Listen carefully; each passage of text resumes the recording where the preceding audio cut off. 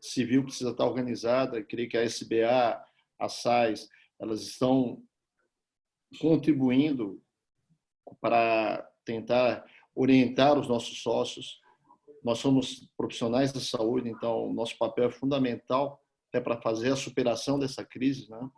E é claro que nós sabemos que a saúde é um item super importante da sociedade, mas a economia ela afeta o Brasil e o mundo, né? Então nós sabemos que a nossa atividade de saúde ela vai ajudar a recuperação econômica. Nós precisamos nos posicionar também, inclusive até porque nós temos que desenvolver um aspecto de liderança positivo, né? Através das sociedades de representação de especialidade médica, são fundamentais para suscitar o debate. Por isso, parabenizo o doutor Rodrigo ali pela sua presença, que vai trazer os dados do Tribunal de Contas. Creio que o equilíbrio fiscal é algo que nós temos que ter em mente no momento de crise como esse. Creio que é um grande desafio. O Brasil já vinha pendurado num abismo fiscal antes da pandemia. Certo. Um cenário bem diferente no Espírito Santo. Vou explicar um pouco para vocês, mas nós sairemos com desafios muito maiores, que vai demandar da sociedade uma pressão, na minha opinião, por reformas bastante profundas para que o Estado brasileiro consiga ficar de pé após a pandemia.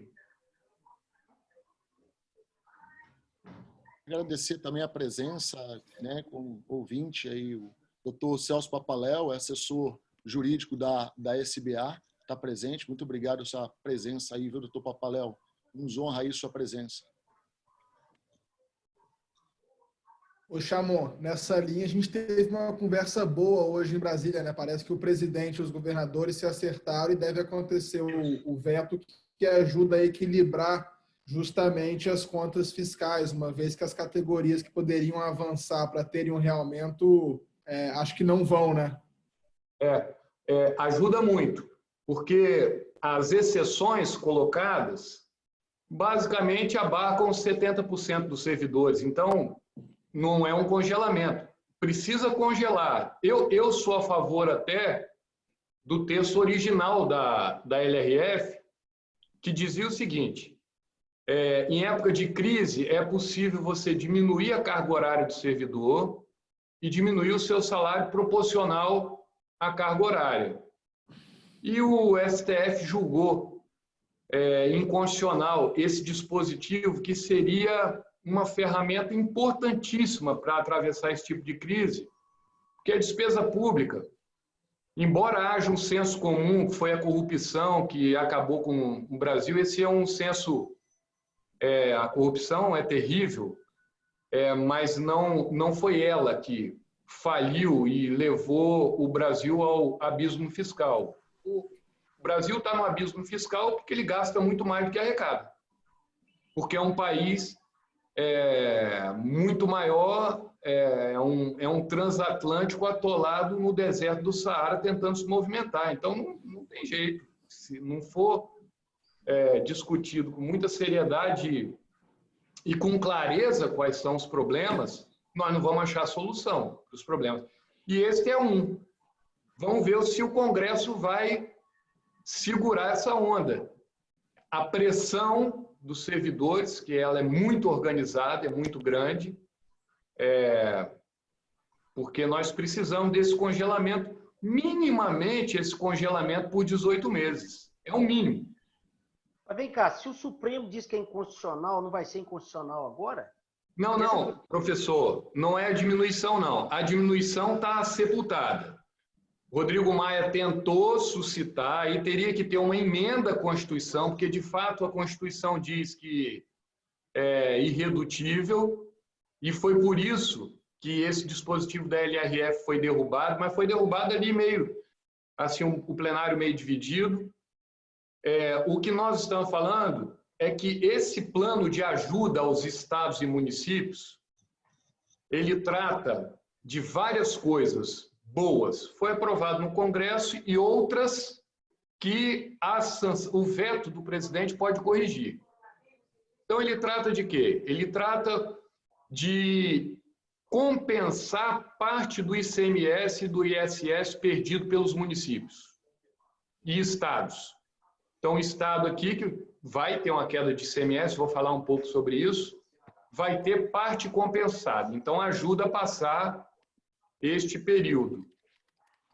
Tem também um dinheiro reservado especificamente para o combate à pandemia, que são os recursos necessários para comprar equipamento, para abrir novos leitos e tal. E tem contrapartidas.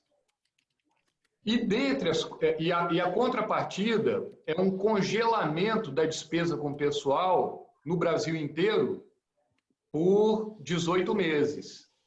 Aí o Senado e a Câmara, eles afrouxaram e criaram exceções para esse congelamento. Para os servidores da segurança, da saúde, da assistência social e professores. Mas nos estados isso compõe 70%. Então, você acaba não congelando, né? Não sei se o professor escutou. Eu acho que congelou a imagem dele aqui. Mas já foi bem entendido. Queria... Caiu. Tem razão, fez uma lembrança boa. E vamos torcer para o Congresso manter o veto, porque o Congresso pode derrubar o veto. Pessoal, já são 8h31. Takashima, vamos iniciar e a gente espera o presidente entrar e a gente... Né? Eu queria agradecer a presença da doutora Maria Ângela Tardelli, tá? Diretora da SBA, e também do doutor Eric Cury, nosso ex-presidente, membro aqui da SAIS. Né? Bem, gente, o nosso tema... Desculpa aqui. Desculpa aí pela minha... O senhor estava explicando, mas caiu a minha conexão aqui, eu pedi, mas... Eu vou ouvir aqui, nós voltamos a essa discussão outra hora, mas agradeço aí, boa vontade, mas peço desculpa pela internet. Você quer responder, Rodrigo? Você quer falar alguma coisa? Não, basicamente é isso, é que as exceções criadas no Congresso, na tramitação entre Câmara e Senado e vice-versa, abriram muitas exceções para continuar a possibilidade de dar aumento para servidores da área de segurança, de saúde, de assistência social e educação, se eu não me engano. Ocorre que... Só fazer uma pergunta. Se for uma PEC, pode ser Não, feito. isso não é PEC, não. Não, eu sei. Não, uma PEC permitindo redução proporcional de salário e carga de trabalho, isso não é inconstitucional. Ou não. Também? É porque é uma proposta de emenda à Constituição. O Congresso teria que aprovar, mas o problema é que isso aí não... O Rodrigo Maia, ele tentou, mas não foi adiante. Tem algumas PECs tramitando, aquele pacotão de reforma, PEC do Pacto Federativo, a PEC dos fundos, da desvinculação dos fundos. A PEC emergencial, eu acho que permite. Aquela permite. A 186. Isso. Tem 186, 187 e 188. São 3 PECs importantíssimos para o país.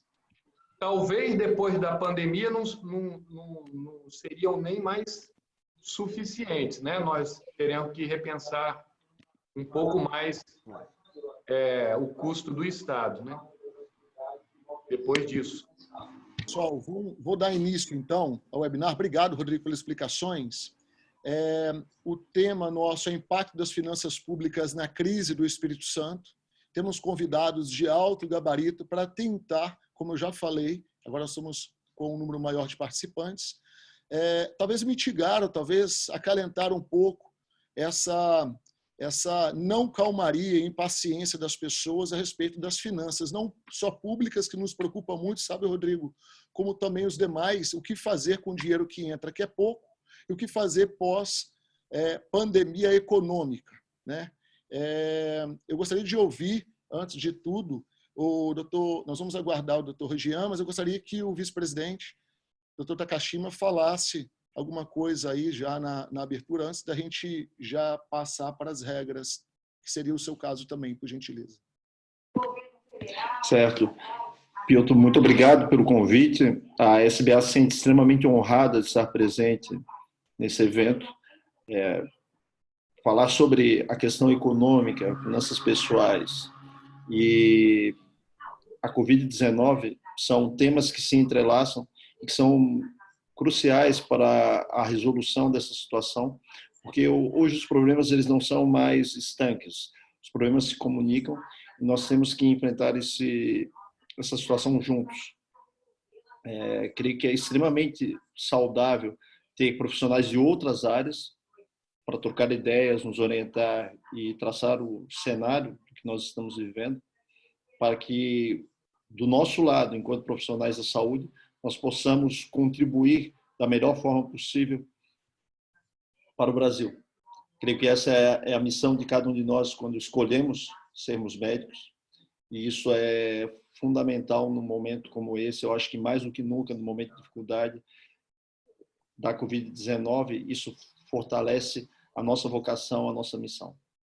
Nada como diálogo, nada como um trabalho interdisciplinar e com todos os segmentos da sociedade civil numa ampla frente de diálogo.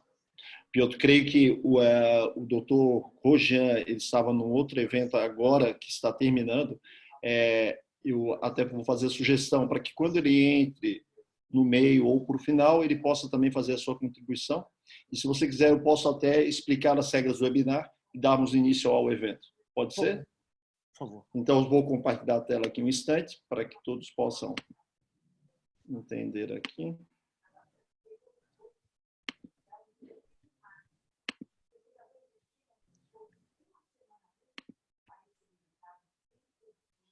Então, hoje, como o Dr. Piotr comentou, nós vamos falar sobre economia, finanças pessoais e investimentos e a relação com a Covid-19. Esses são os nossos convidados e palestrantes, ressaltando que essa é um evento em parceria da Sociedade de Anestesiologia do Estado do Espírito Santo, SAIS, e a SBA, Sociedade Brasileira de Anestesiologia. Como orientação geral, sua câmera e microfone foram desativados. Existem uma ferramenta de perguntas e respostas na base do seu monitor. As perguntas serão selecionadas e respondidas no segmento do webinar. Então, cada palestrante vai dar a sua palestra, a sua fala, e somente ao final é que irá ser feito o debate, certo? É claro que através da ferramenta de bate-papo a gente simula o debate, simula a participação de vocês, que é muito importante. Uma característica dos nossos webinários é ser extremamente interativo, né? Em caso de problemas técnicos, pode ser que seja necessário fechar o Zoom, reiniciar o webinar, talvez aproximar-se do roteador. Tá? Esse webinar será gravado e estará à disposição em 48 horas no site da SBA. Sempre é importante ressaltar que a SBA e a SAIS têm caráter representativo, educacional e científico. O objetivo do webinar de hoje ele é educacional. E as orientações emitidas são recomendações, observações e interpretações dos palestrantes, muito bem abalizadas, por sinal, até pelo currículo de cada um, mas não substituem medidas do Conselho Federal de Medicina, dos seus regionais, bem como as do governo. Por favor, aproveitem o evento. Creio que vai ser de excelente qualidade. Muito obrigado.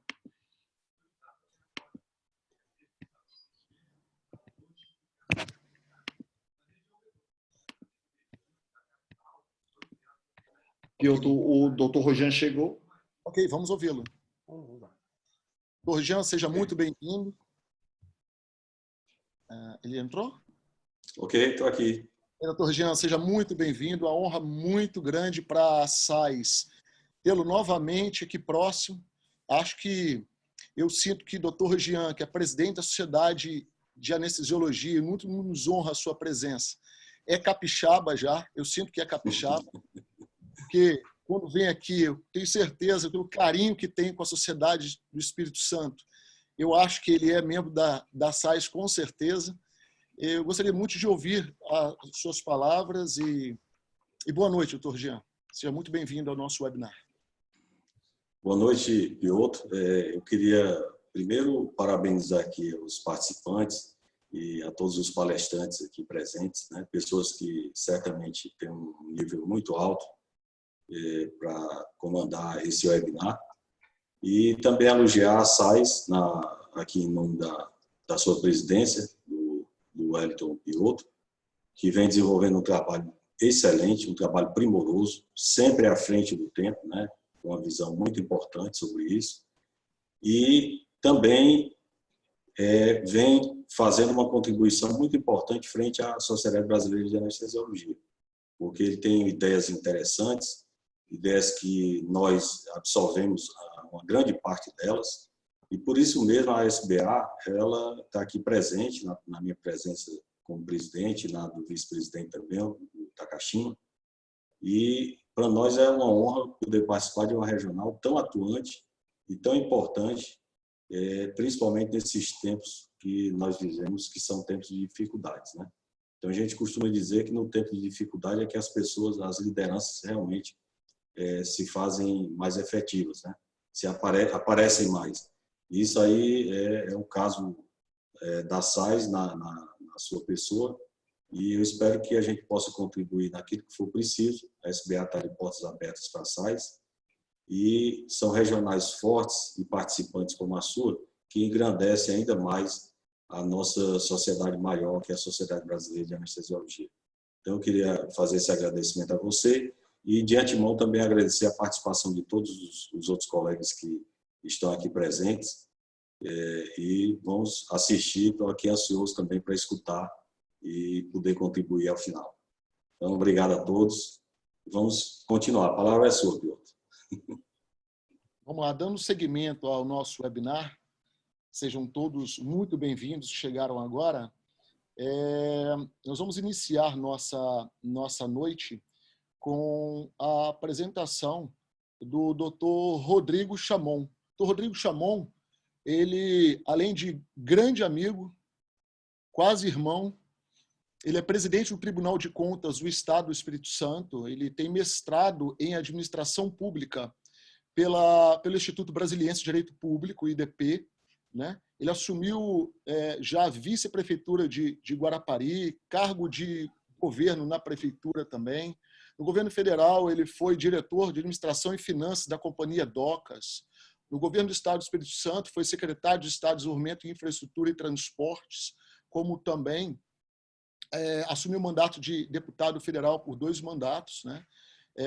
Ele assumiu também algumas secretarias após isso, que ele se licenciou, voltou como presidente, e logo depois ele brilhantou o Estado do Espírito Santo, sabe, doutor Regian, com a presidência, entrou como alguns cargos, corregedor, e alguns cargos como conselheiro no Tribunal de Contas, e agora muito nos honra com a presidência do Tribunal de Contas. Eu tive a oportunidade de conhecer também aí durante a jornada. Nós fomos aí a jornada recente, a sua posse, aliás. Verdade. Fique à vontade, Rodrigo. Boa noite. Desculpa, o tema do Rodrigo é impacto das finanças públicas na crise do Espírito Santo. O microfone dele está desligado.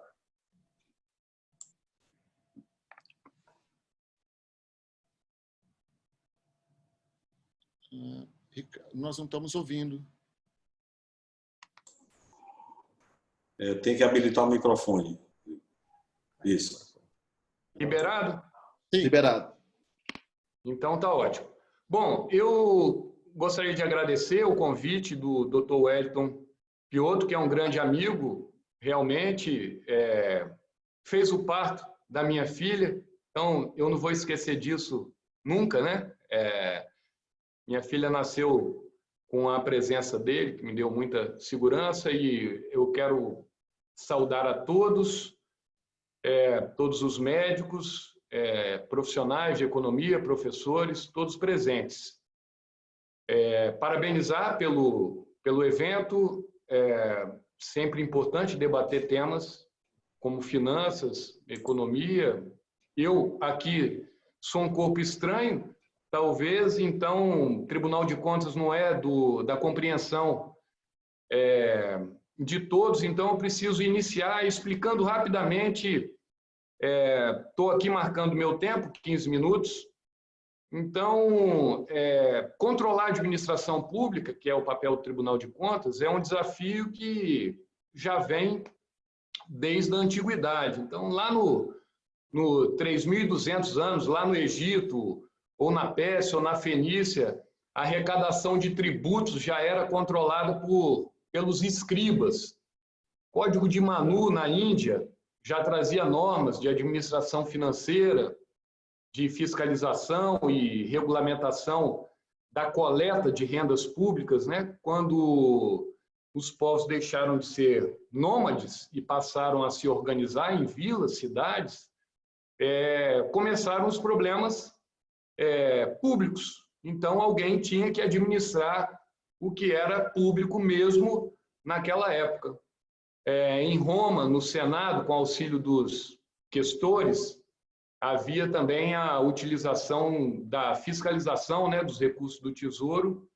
E na Grécia, os legisperitos surgiram como embrião dos atuais tribunais de contas. Então, o mundo teve, depois desse período todo, que é um desafio milenar, controlar a administração pública, e mais lá no século XVIII, na discussão da Constituição Americana, os pais e arquitetos da Constituição Americana, James Madison, naquele The Federalist Papers, eles também já, lá escrevendo a Constituição Americana, tem um texto muito interessante, que é um dos artigos para a ratificação da Constituição.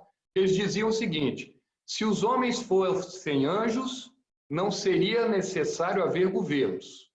Se os homens fossem governados por anjos, dispensariam os controles internos e externos. O que eles queriam dizer com isso lá em 1787? Que se há governo, é necessário haver controle. Na mesma toada, em 1789, na Declaração de Direitos do Homem e do Cidadão, na França, artigo 15, a sociedade tem direito de pedir contas a todo agente público, pela sua administração. Então, de lá para cá, formou-se dois tipos de controle. Tem um controle das auditorias gerais, que é um modelo anglo-saxão, como nos Estados Unidos, na Inglaterra. Lá eles controlam, relatam, auditam e mandam para o parlamento para fazer a responsabilização. E tem um modelo romano-germânico, que é o nosso, de tribunais de contas, como tem na Alemanha, Portugal, Itália, França, aqui no Brasil, e o próprio Tribunal de Contas Europeu. O Tribunal de Contas Europeu, por exemplo, tem como slogan o guardião das finanças públicas. No Brasil, há o Tribunal de Contas da União, que cuida do dinheiro federal, e os tribunais de contas dos estados. Então, nós chegamos aqui no Estado, o Tribunal de Contas do Estado do Espírito Santo, tem uma situação bastante peculiar. Primeiro, é um tribunal econômico. O exemplo grita, eu costumo dizer. Então, nós gastamos metade do que a Lei de Responsabilidade Fiscal, por exemplo, autoriza para gastarmos com o pessoal.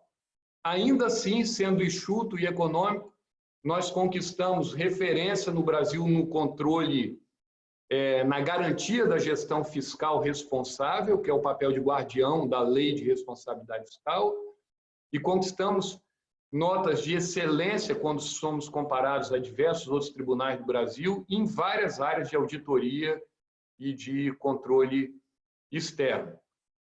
E somos bastante tempestivos também. Os senhores, talvez o médico não, mas o advogado que assessora a sociedade, o nosso amigo, sabe como que é moroso o processo no judiciário. Aqui no Tribunal de Contas, coisa que levava a um primeiro julgamento em 40 meses, uma denúncia, por exemplo, ou uma tomada de contas especial, que levava 83 meses, hoje nós fazemos em 6 meses e 16 meses, respectivamente. Hoje nós fazemos trânsito em julgado em 24 meses. E o que isso tem a ver com finanças públicas equilibradas? Bastante coisa. que um tribunal tempestivo, severo, que dá exemplo, ele cria não só ferramentas de controle para manter as finanças públicas equilibradas, aí aqui eu estou falando do Estado do Espírito Santo e dos municípios, e o que isso tem a ver com a economia? Tem tudo a ver também, porque um Estado equilibrado, um país equilibrado, forte no campo fiscal, ele tem possibilidades maiores de crescimento econômico. Então, não dá para falar do Estado sem falar um pouquinho da trajetória das finanças públicas no Brasil, que tem como seu principal inimigo, o país tem um inimigo número 1, na minha opinião, é o déficit público. O segundo inimigo é a ineficiência. E o terceiro é a corrupção. O déficit público, e no Brasil nós vivemos algumas ondas, depois da Constituição de 88, com a regulamentação dos direitos, nós crescemos bastante a nossa despesa primária quando comparada ao produto interno bruto. Depois, no governo Lula, houve também outro patamar de aumento de despesa. Aí começaram as contabilidades criativas, pedaladas fiscais, que na verdade são crimes fiscais, e o Brasil, a partir de 2014, entrou no vermelho de vez e não saiu mais. Eu estou falando antes da pandemia. O Brasil começou a acumular déficit primário, que é gastar mais do que arrecada sem pagar juros de dívida, é como se a gente entrasse num cheque especial e não conseguisse pagar, e todo mês iria aumentando o cheque especial e não conseguiria pagar nem um pedacinho da dívida do cheque especial. O Brasil estava numa trajetória antes da pandemia de aproximadamente uma década, 120 meses gastando mais do que arrecada. E antes da pandemia já tinha ali uma previsão de déficit primário acumulado de quase 1 trilhão. Tem economistas renomados aqui neste debate. 1 trilhão deve dar aí, atualizando o dinheiro do plano Marshall, deve dar próximo de 2 planos Marshall. E para onde foi esse dinheiro? O plano Marshall foi aquele plano dos Estados Unidos, do Tesouro Americano, para recuperar a Europa depois da Segunda Guerra Mundial. E para onde foi esse dinheiro? Ele construiu bases sólidas para o crescimento brasileiro? Não. Foi para uma estrutura pública obesa, ineficiente, que é como se fosse, estamos no Espírito Santo, como se fosse assim, a ineficiência, uma pedra de granito amarrado numa mão, em outra mão, na mão direita, na mão esquerda, que é a burocracia, que é a alta carga de impostos, e mais a corrupção, amarrando aquele que produz, seja ele profissional autônomo, seja um empresário com milhares de empregados, trabalhadores, amarrando essas pessoas e dizendo para elas competirem num mundo altamente competitivo. Então, é bastante difícil. Aí veio a pandemia, e agora nós vamos dizer que a pandemia ela não vai passar rápido. Eu acho que os senhores são médicos, sabe que a vida normal só voltará depois da vacina e com a vacina atingindo grande parte da população. Apelidou-se de novo normal. Nós vamos ter que conseguir produzir e viver até este momento. No Espírito Santo, para vocês terem uma ideia, mesmo com um abismo fiscal brasileiro até 2019, antes da pandemia, em 2019, o Espírito Santo continuou com nota A na Secretaria do Tesouro Nacional, único estado brasileiro desde 2012 até 2019 com nota A, que é o rating criado ali pela Secretaria do Tesouro Nacional. Nós temos 78 municípios, apenas 2 em 2019 ultrapassaram os limites de despesa com o pessoal da LRF, descumpriram a lei, apenas 2.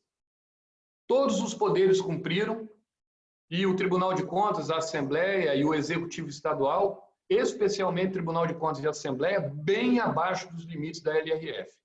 Isso em plena crise fiscal brasileira. Vários estados atrasando salários, atrasando fornecedores e atrapalhando a vida de quem produz. Nós soltamos ontem um boletim que nós temos lá, uma nova estrutura que faz projeção de cenários. E nós projetamos o cenário de 2020 nas finanças públicas. Então, vejam bem, pelas nossas projeções, de 2 municípios que infringiram a LRF em 2019, nós passaremos para 45. Em relação ao limite prudencial, mais 14 municípios. Então, é uma situação de deterioração completa das finanças públicas. No Estado, nós estamos prevendo que o Tribunal de Justiça ultrapasse um pouco e o ente, que é a soma de todos nós, fica ali no alerta. O alerta ainda é uma situação bastante confortável diante dessa crise absurda que nós vamos viver. Nós estamos prevendo uma queda de receita do Estado de 3 bilhões e 300 milhões de reais, em números redondos, 16,9% da receita total do Estado, e prevemos também uma queda de receita neste ano na ordem de 2 bilhões para os municípios.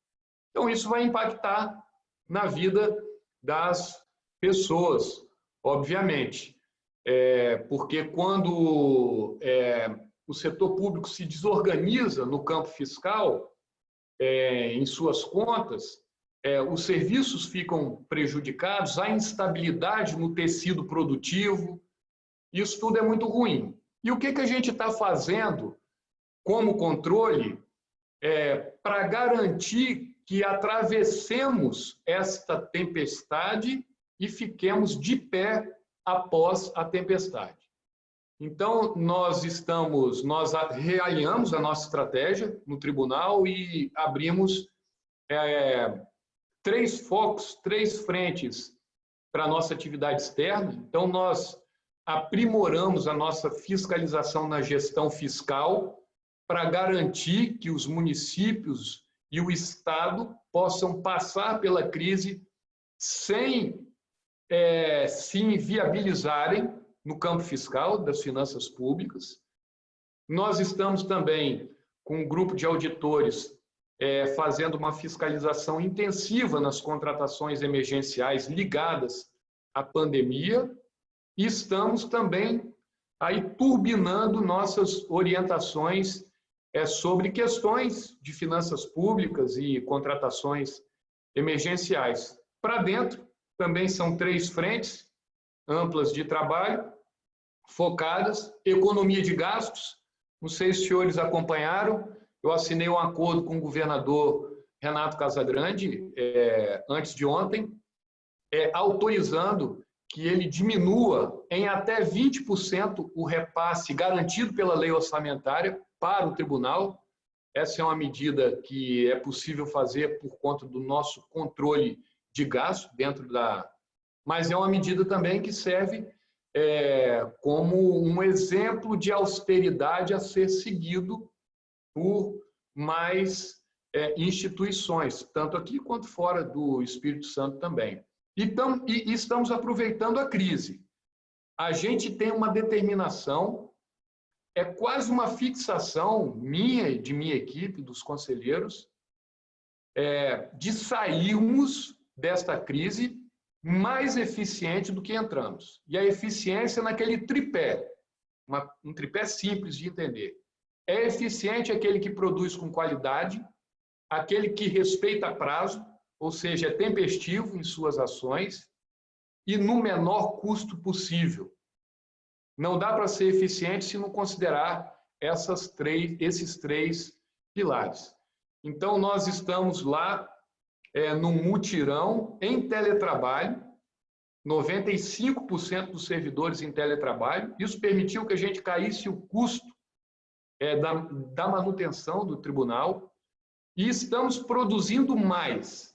Nós estamos instruindo 47% a mais do que abril do ano passado. Então, eu acho que eu dei uma geral, por fim, o que nós temos de previsão é queda na arrecadação, e por isso há necessidade de sermos mais vigilantes e os gestores muito mais cuidadosos para enfrentar essa tormenta. E também as nossas previsões também avançam 2021 com crise. Então, nós precisaremos aprender a conviver com crise. Devolvo a palavra, porque eu acho que esgotou o meu tempo. Parabéns, doutor. Só tenho a agradecer. Eu acho que foi uma aula gigantesca. Eu tenho certeza que todos vão corroborar. Eu vou passar a palavra agora para o doutor Jean, mas tenho certeza absoluta que foi uma aula e pôde tranquilizar no ponto em que nós sabemos agora como está a situação, qual é a situação real e o quanto nós temos que nos preparar para os próximos meses. Não adianta gastar, achar que infundar, não tem fundo o balde, porque tem fundo, né? Nós estamos parados, nós estamos em lockdown, mas estamos parados, e não há arrecadação suficiente para manter como era, e vamos que nos adequar. Eu acho que eu posso falar com propriedade que sua carreira é política, mas que você é mais gestor do que político ainda, porque no momento é muito fácil você fazer gestão quando tem muito dinheiro. E é muito difícil se adequar e manter a qualidade do serviço, não tendo dinheiro e assim mesmo entregando resultado. Só tenho que te dar os parabéns, vou passar a palavra para o doutor Jean, tenho certeza que ele vai exemplificar isso na nossa área, com certeza. Muito obrigado. Ok, Piotr. Obrigado. Eu queria só parabenizar a palestra, né, do doutor Rodrigo. E, como você bem frisou, essa questão da gestão ela é fundamental, porque muitos que assumem determinados cargos já pegam o Estado ou o município numa situação de calamidade e não associam a gestão de qualidade. E aí acontece exatamente o que a gente vê no Brasil. Alguns estados muito bem, como no sul do país, e outros estados afundados numa situação de calamidade pública, né? Então, essa questão que foi colocada pelo Piotr foi fundamental e eu queria parabenizar pela exposição do Dr. Rodrigo. Tá? Queria só passar a palavra para você, Wellington, para a próxima. Ok, então vamos dar seguimento, então. Ricardo, qualquer momento você me interrompe, tá? Por favor. Vamos agora falar um pouco de um grande professor, uma pessoa que eu admiro, não é pouco, é muito. Ele é mineiro, pelo sotaque, mas também já virou capixaba, que eu estou sempre do lado dele e sempre incomodando. Eu sei que ele é muito atarefado, mas estou sempre incomodando, pedindo sempre para ficar perto, ver se eu aprendo muito mais sobre economia, coisa que eu sei muito pouco. É o professor Arilton. O professor Arilton, economista, chefe da Apex, né, PhD em economia pela Universidade de Minnesota, nos Estados Unidos, pesquisador visitante da Federal Reserve Bank de Minneapolis desde 1999, foi fundador, diretor acadêmico, professor da FUCAP, né, além de professor visitante da Universidade de Arkansas. Possui mais de 90 trabalhos publicados nas áreas de comércio e finanças internacionais, crescimento e desenvolvimento econômico. E também é editor associado à Revista Brasileira de Economia. Ele vai falar sobre macroeconomia no momento de crise. Por favor, professor Arilton. Wellington, muito obrigado aí. Eu quero parabenizar o Rodrigo. Eu espero que essa sua iniciativa de mandar cortar suas verbas seja observada e seguida por outras entidades, né? Um excelente exemplo. Vamos lá, deixa eu colocar aqui, colocar para dividir a tela.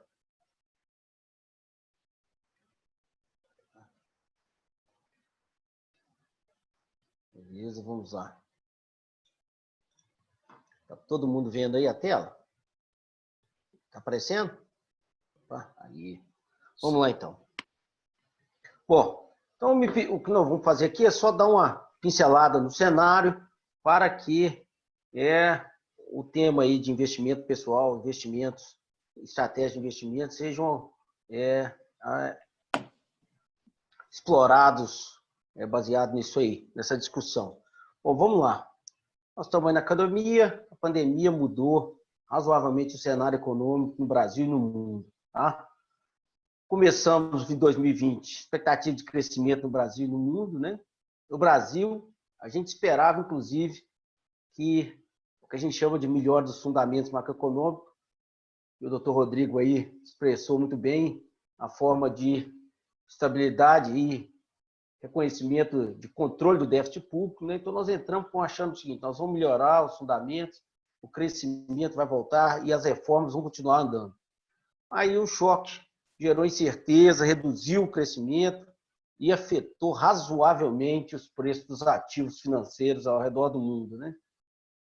Então, nós vamos fazer uma breve bem análise para passar a palavra para os demais aí, analistas aí, os demais palestrantes, para discutir aí o tema em particular, questão das estratégias de investimento, investimento pessoal. Bom, vamos dar uma olhada aqui, como é que estava o crescimento antes e depois aí do choque do vírus. Isso aqui é a China, gente, tá? Ó, zona do euro. Antes o crescimento era baixo e em queda. Tá vendo aí? É só você ver essa linha aí. Aqui está o depois do choque. Tá? Esse é o crescimento do PIB no primeiro trimestre desse ano. Vamos para a China. Era alto, mas estava em queda também. Tá? Mas era elevado. Isso era antes. Agora, olha o que deu aí. Tá? Então, finalmente, crescimento dos Estados Unidos. Antes estava em queda também, mas estava elevado, estava lá. Aqui depois. Então, note que teve uma mudança drástica aí na performance econômica. Né? O mundo hoje deve crescer a taxas negativas. Hoje, eu quero dizer, em 2000, antes de 2020. Daí a necessidade, o doutor Rodrigo disse, das entidades, dos órgãos, das instituições, do governo, entender isso, entender que isso vai gerar queda de receita e isso vai ser um problema que pode gerar aumento de descontrole fiscal. Isso aqui é só para a gente dar uma olhada nos ativos financeiros. Isso aqui é Ibovespa e S&P 500 dos Estados Unidos. Né? No dia 23 de janeiro foi quando a China reconheceu a epidemia. Dia 23 de março foi quando o pânico finalmente foi saído do mercado financeiro, foi corrigido com as políticas adotadas aí. Essa foi a queda. O Brasil caiu, o Ibovespa caiu em torno de 40%, os americanos caíram um pouco menos, 30%. Tá? Esse é o mundo pós, onde nós estamos. O S&P crescendo e o Ibovespa está dando de lado há algum tempo. Tá? Voltando. Esse aqui é o risco Brasil, gente. De novo, 23 de janeiro, a China reconhece, ele fica estável e, de repente, quando entra no pânico de março, o risco sobe muito. O problema não é ter subido, ele é comum subir nesse momento de choque. O problema é isso aqui, essa tendência dele a continuar elevado. Tá? Bom, o que nós temos aí? Então, o que a pandemia fez? Ela alterou, com a recessão, os fundamentos macroeconômicos no Brasil e no mundo inteiro. Os americanos, o governo teve que se endividar mais. Tá? Só para você ter uma ideia, o pacote de ajuda americano, até o momento, gastou 2,7 trilhões de dólares. Só para vocês terem ideia do que é isso, isso é mais do que o PIB brasileiro. Tá? No Brasil, né, as contas públicas também vão piorar, os desequilíbrios, tanto que o doutor Rodrigo estava falando aí. Esse é um problema sério, gente, porque existe no Brasil um problema de rigidez de gasto. Então, quando a receita cai, se você já tem déficit, esse déficit explode, porque o gasto não pode cair. Então, esse é um risco que nós temos no futuro próximo, em particular para os estados e municípios, que até o momento sequer tomaram medidas tentando reduzir os gastos. Então, isso é um risco, não só aqui como lá fora. Qual o problema? Qual a diferença daqui para lá fora? É que lá fora os Estados Unidos emitem dívida, o mundo compra, pelo menos ainda compra, sem desconfiança da capacidade de pagamento dos Estados Unidos. Aqui, o mercado ele não tem essa mesma boa vontade, digamos assim. O Brasil não é um bom pagador, não é mais grau de investimento, então tentativas de aumentar o déficit e, obviamente, expandir a dívida não são bem-vindas. Teve outros problemas que o ativismo do BC, não só no Brasil, mas no mundo inteiro, né? Aqui já tem gente olhando, analisando as consequências disso, lá fora também, o Fed já tem recebido críticas razoáveis. Só para vocês terem ideia, gente, o Fed tem um programa, ficou conhecido como flexibilidade quantitativa. Começou em 2008. De 2008 a 2016, ele gastou alguma coisa em torno de 4 trilhões, tá? Comprando dívida pública e privada. Nos últimos 2 meses, o Fed já comprou 3 trilhões. Tá? Então, basicamente é isso. Quer dizer, o Fed fez em 2 meses o que ele fez de 2008 a 2016. Então, ele está também sobre observação, né? E isso piora um pouco os fundamentos. O que nós tivemos de especial no Brasil? Além do problema do Covid, do coronavírus, tivemos aí no Brasil incerteza política, né? Que podem gerar queda maior no crescimento. Primeiro, foi o desgaste do governo Bolsonaro, em particular com a saída do Moro. O governo já vinha se desgastando com atritos com os governos, o governo federal estava se desgastando com atritos com a Câmara, o Congresso Nacional e com os governadores. Mas a saída do Moro ela gera um outro incerteza, que é a possibilidade de crime de responsabilidade, e aí é a palavra tão falada no Brasil nos últimos 5, 6 anos, que é o impeachment. Obviamente, isso aí é um problema adicional que nós vamos ter que observar nos próximos meses, né? Essa semana teve a baixa rápida da tensão política quando o Bolsonaro se aproxima do Congresso mais uma vez. Tá sendo muito bem-vindo, né? Bom, aí vamos voltar. E os fundamentos macroeconômicos? Nós vamos aumentar o déficit público esse ano. Tá? Se aumentar só esse ano, não há problema.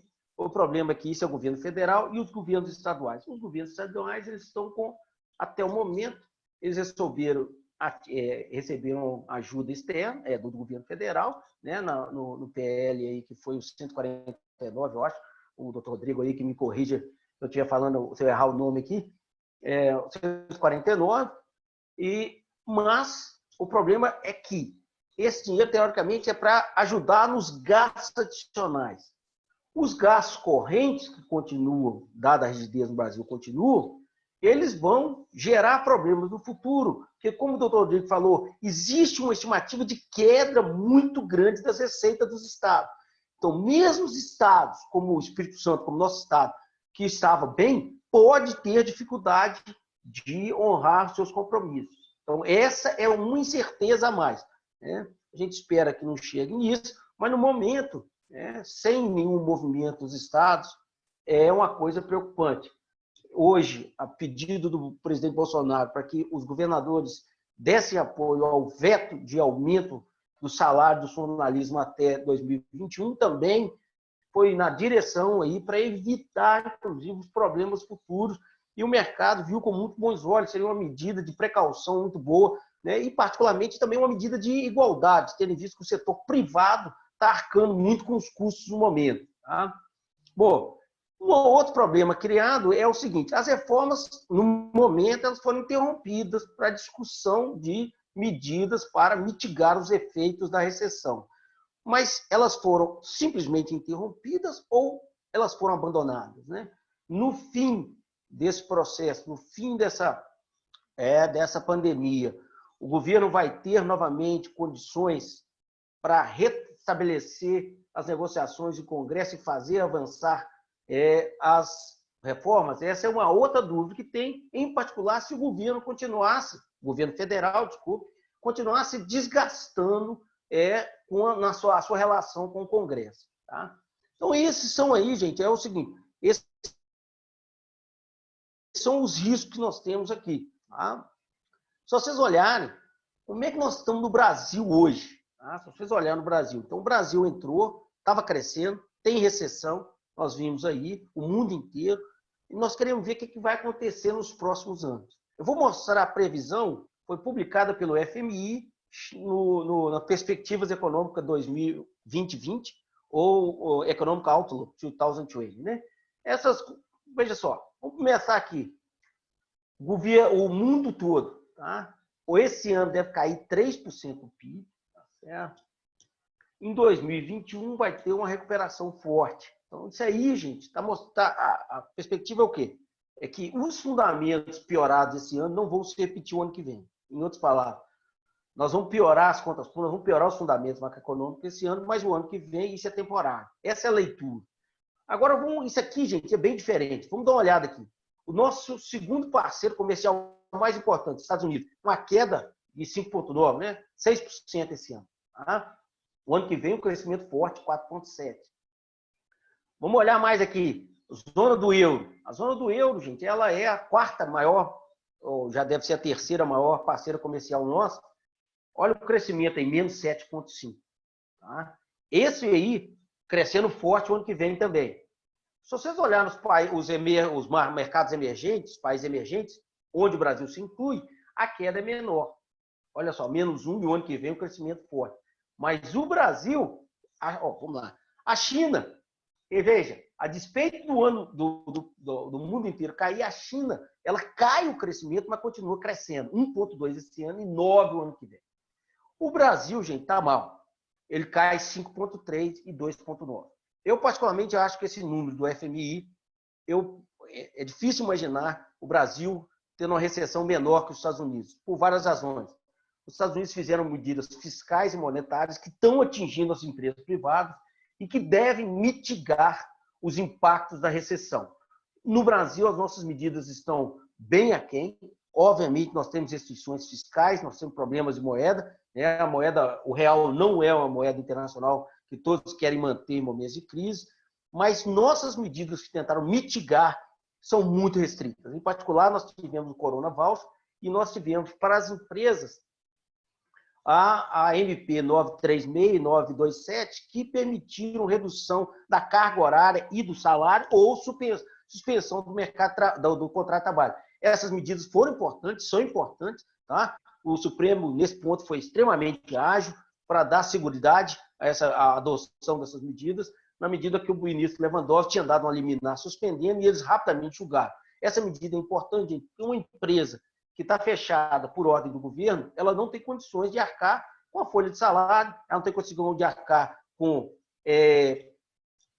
aluguel, IPTU. Então, tem muitas coisas que precisavam ter reduzido, e isso foi. Infelizmente, não tivemos aí a parte fiscal que veio dar mais força às empresas.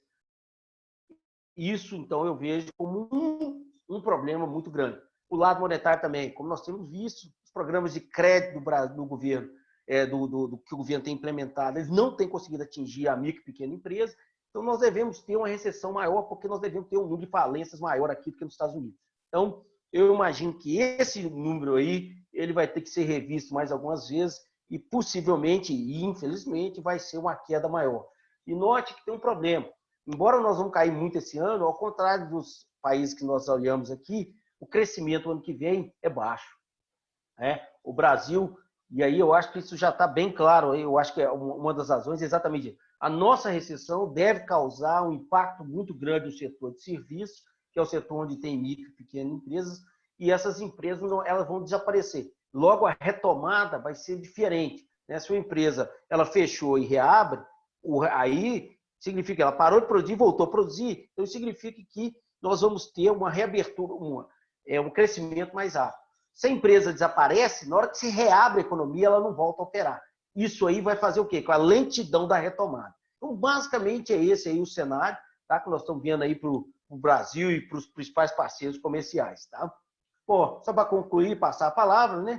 As reformas que nós tínhamos aprovado, elas tinham melhorado os nossos fundamentos, tinham revertido expectativa, estavam gerando crescimento, valorização dos ativos, a Bovespa estava aí valorizando todos os dias, né?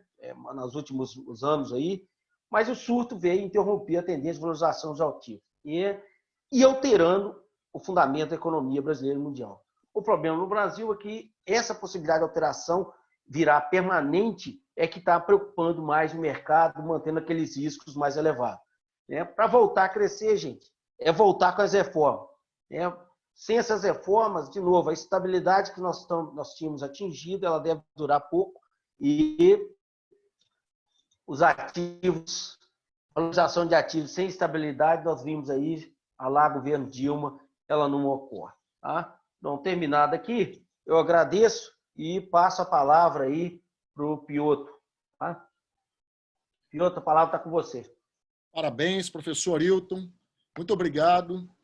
Vou passar todas as considerações depois. Eu vou chamar o professor, o doutor Ricardo Lobato, nosso diretor científico da SAIS, para apresentar o Renan. Parabéns, professor Arilton, mais uma vez. Boa noite. Obrigado. Muito obrigado. Bom, eu acho que o Piotr preferiu que eu apresentasse o Renan, porque eu tenho já uma relação com o Renan já de longa data, parece como se fosse uma relação de casal, né? Já desde 2011 que ele faz meu planejamento financeiro. Eu acho que ele sabe mais das minhas contas do que eu mesmo. O Renan Lima é economista, especialista em economia comportamental, planejador financeiro desde 2012, embaixador da Planejar, Associação Brasileira de Planejadores Financeiros, e sócio da Alfamar Investimentos. Passo a palavra para o Renan. Boa noite, pessoal. Obrigado, Ricardo, pelo convite. Um prazer estar aí falando com todo mundo. Tá? Vamos lá, vou compartilhar a tela aqui para servir como um guia aqui para a fala, tá bom?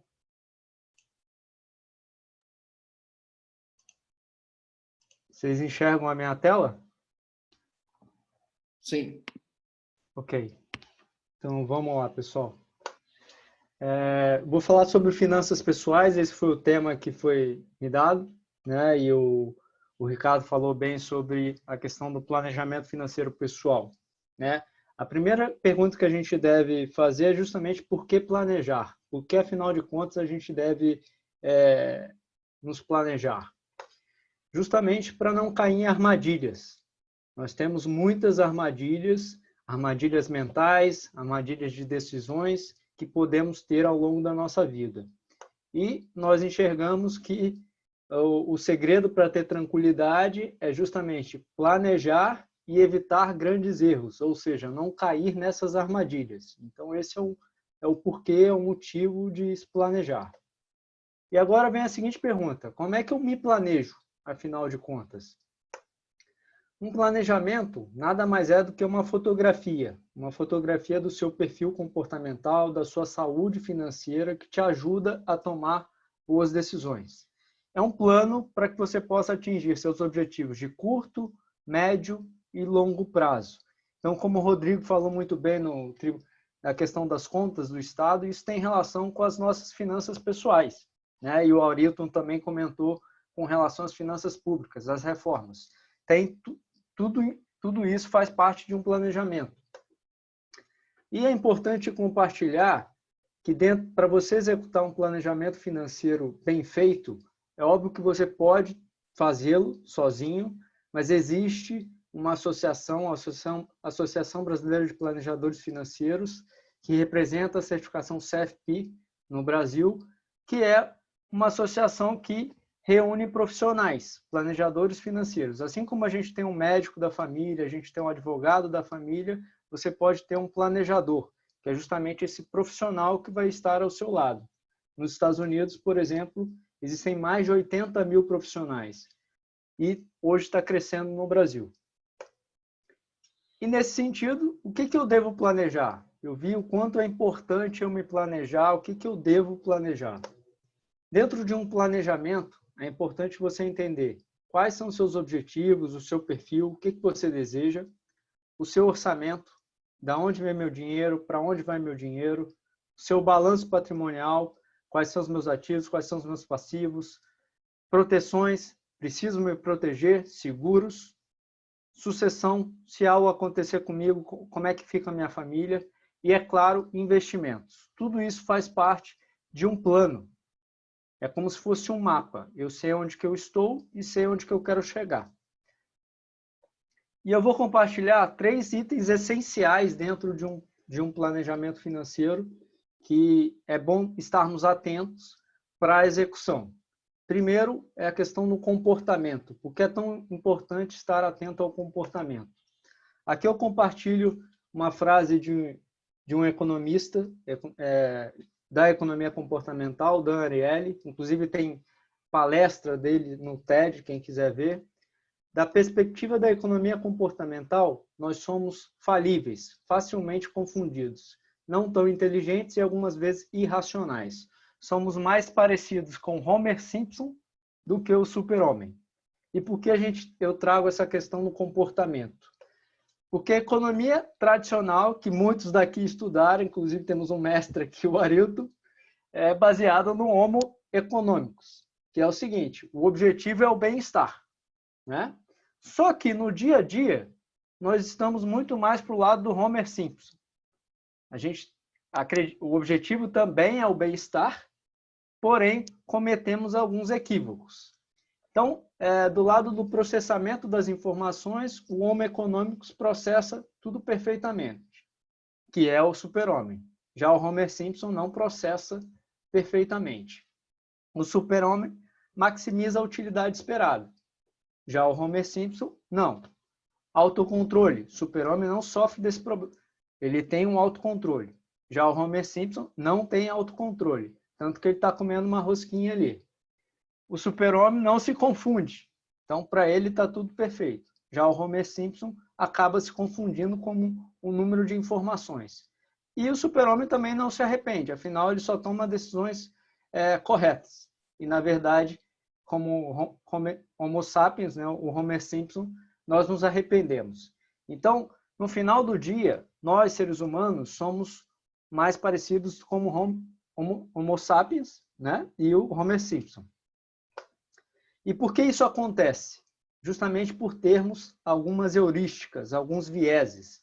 São atalhos que nós utilizamos para a tomada de decisão. São regras simplificadoras, nem sempre racionais, ou seja, um gatilho, um estalo que faz com que eu tome uma decisão. E o contexto que influencia essa decisão é muito importante. E aí eu apresento algumas armadilhas mentais que a gente pode ter nas nossas finanças pessoais. Por exemplo, a armadilha da inércia, que é a questão do status quo, ficar do jeito que está. Ralos no orçamento. Eu não olho o meu orçamento simplesmente para eventualmente não me incomodar com isso. Então, eu posso ter ralos no meu orçamento e eu não paro, principalmente num momento como esse, para olhar como é que está. Isso é uma armadilha mental, você está preso no viés da inércia, né, de manter na situação atual. Pressão social, mais uma armadilha mental. Quem nunca comprou um celular top de linha, um carro, somente porque algum dos seus pares, meus colegas de trabalho, minha família, eventualmente fazem uma pressão, mesmo que indireta, e eu me sinto na necessidade de ter um equipamento ou algo para ficar no mesmo patamar de todos. Isso faz parte também de uma armadilha mental que todos nós podemos cair. Viés do presente, a grande dificuldade de poupar para a aposentadoria, por exemplo, é sempre a luta entre o eu presente e o eu futuro. O Renan de 30 anos não vê o Renan de 65 anos. Então, isso faz parte de uma armadilha mental. E é importante que eu tenha consciência dessas armadilhas mentais, porque eu posso estar caindo nela inconscientemente. E isso faz parte. Afinal, estamos mais para Homer Simpson do que para super-homem. Excesso de confiança, principalmente nos investimentos. Muitas pessoas sempre investiram em renda fixa e aí começam a ler livros e estudar a respeito de renda variável, por exemplo, já acreditam que vai investir igual o Warren Buffett, que é um dos maiores especialistas em investimento em ações. E é justamente a questão da armadilha mental do excesso de confiança. E muitas vezes esse excesso de confiança faz com que eventualmente a gente caia em mais uma armadilha, que é o efeito manada, que a emoção influencia nossas decisões quando o assunto é investimento. Então, por exemplo, você tem aqui, é muito comum isso na Bolsa de Valores, quando a Bolsa está subindo, a ganância entra, a gente coloca mais dinheiro e compra. Quando a Bolsa cai, vem um medo e aí você sai, vende. É só você repetir isso aí que você vai quebrar, tá? Então, assim, mais uma armadilha que todos nós podemos cair no quesito comportamento. Perfeito. Mas, afinal, como é que o nosso cérebro funciona e por que a gente fica tomando essas decisões equivocadas? Porque nós temos duas formas de pensar. Um é o sistema 1, que é rápido, intuitivo, é aquilo automático. O outro é o sistema 2, que é vagaroso, é mais consciente, é mais racional. Geralmente é o que a gente utiliza na nossa atividade. Então, anestesistas estão lá fazendo o trabalho, ele vai usar o sistema 2. Já o restante, o sistema 1 vai tomar o carro e vai dirigir. E por que isso acontece? Porque o sistema 2 ele é preguiçoso, né? As pessoas evitam o esforço cognitivo e muitas vezes confiam em julgamento plausível que rapidamente vem à mente. E aí o sistema 1 está funcionando. Quem nunca chegou em casa, liga a TV só para ver alguma coisa para distrair. É um pouco do sistema 1 funcionando. E aqui eu vou apresentar para vocês antes de chegar lá, o que a gente pode fazer para evitar esses erros, né? Tem uma expressão chamada nudge, que é justamente um empurrãozinho para que você tome uma decisão correta, é mudar o contexto das coisas. E eu vou apresentar um vídeo para vocês que exemplifica isso que eu mencionei.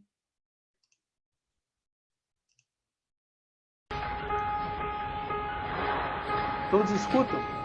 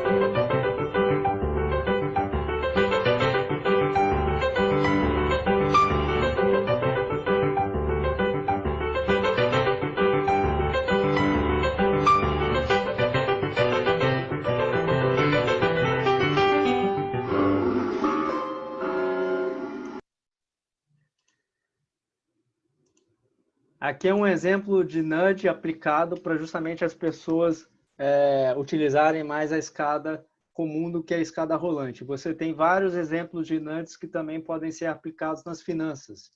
E eu vou mostrar para vocês agora rapidamente. No quesito do orçamento, um outro item, segundo item fundamental dentro de um planejamento financeiro. Você pode tornar o controle do seu orçamento muito mais simples, tá? Aqui é um exemplo de entradas, da onde vem meu dinheiro, fixo, variável, saídas, para onde vai meu dinheiro, objetivos, são itens com importância para você, reservas que você faça, consumo, moradia, saúde, educação. Estão em apenas duas categorias as minhas entradas e saídas. Então, eu simplifico o processo de controle, tá? E aí você pode ter clareza com relação a como é que está seu orçamento, né? E dentro do processo de controle, é muito importante entender a diferença entre ganhar dinheiro e construir patrimônio. Tem muita gente que ganha muito dinheiro, mas não constrói patrimônio. E como é que é esse processo de construção de patrimônio? Que a gente chama de mindset de sucesso. É justamente o seguinte, o padrão das pessoas é o padrão consumo. Isso parece até que é a questão do governo, né? Vamos consumir, vamos gastar. E depois ele pensa em objetivos, reservas que, porventura, eu venho fazer. Na verdade, o mindset de sucesso de qualquer família é o seguinte, pense nos seus objetivos, as reservas que você tem que fazer, depois eu penso no meu consumo. e torne-se isso um hábito para você. Tá? E ter um orçamento é dizer ao seu dinheiro para onde ele deve ir, em vez de se perguntar para onde ele foi. Tem muita gente que tem controle de fluxo, né? Para onde foi o nosso dinheiro? Orçamento é dizer para onde vai o seu dinheiro nos próximos meses. E é isso que qualquer empresa faz e qualquer família também deveria fazer, principalmente num momento como esse, onde você pode, inclusive, construir um orçamento de guerra. Como eu vou ultrapassar esse deserto que eu tenho pela frente? E algumas técnicas que você pode fazer para construir esse orçamento é envelope, pensar as categorias, como envelope, quanto que eu vou deixar em cada conta, R$ 1.000 nisso, R$ 1.000 nisso, você vai montando o seu orçamento. No passado, as pessoas usavam os envelopes para separar o dinheiro, habilitando notificações para que você seja notificado de compras, e aí você vai sendo alertado com relação a isso e pode segurar as pontas. Eventualmente, se o cartão de crédito for um vilão para você, você pode colocar essa imagem do vilão justamente para que você evite de utilizá-lo. Tudo isso são técnicas da economia comportamental que são aplicáveis, baseado na teoria do nudge, para que você tome melhores decisões. E, obviamente, pagar primeiro, né? Você deve se pagar primeiro. E investimentos, esse é um tema extremamente relevante que a turma do BTG vai falar profundamente. Só vou dar uma pitadinha aqui que também é relevante dentro de um planejamento financeiro, que é essa pergunta que todo mundo tem, né? Qual é o melhor investimento? Na verdade, o melhor investimento é uma carteira diversificada. É você ter pensar como um time de futebol. Um time de futebol não joga só com zagueiro, nem só com atacante. Tem zagueiro, meio de campo e atacante. E você pode trazer isso para o mercado financeiro, tendo renda fixa, que são seus zagueiros, multimercados, que são seus meio de campo, e as ações, que são seus atacantes.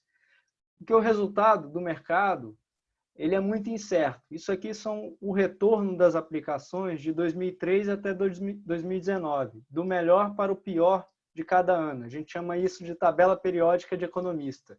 E você vê que ele vai mudando muito. A Bolsa foi o melhor investimento até o ano passado, e Bovespa aqui, esse ano está entre os piores. Então, é muito dinâmico. Quando você tem uma carteira diversificada, você tem um equilíbrio. E essa carteira também você pode pensar em potes. Isso está dentro da economia comportamental. Que é o seguinte, eu tenho um pote da minha reserva de emergência, eu tenho um pote da minha aposentadoria, e a reserva de emergência é o principal. Ela é a nossa rede de proteção para imprevistos, inclusive no momento como a gente está vivendo agora. E quais os benefícios de fazer tudo isso? Isso é uma pesquisa que mostra que quem se planeja tem 4 vezes mais patrimônio de quem deixa a vida me levar. Então, faz muito sentido eu fazer um exercício como esse e me planejar, justamente para que eu tenha mais tranquilidade. Perfeito? A grande provocação que fica para todos é qual o seu plano hoje. Né? Então, é um momento de reflexão que eu posso fazer para pensar como passar por esse deserto e seguir ali em diante. Quem desejar, eu costumo fazer um check-up financeiro gratuito, pode me mandar uma mensagem pelo WhatsApp, que aí eu faço gratuitamente esse check-up para você entender, é igual um médico, né? Entender como é que está a sua saúde financeira nesse momento. Ok?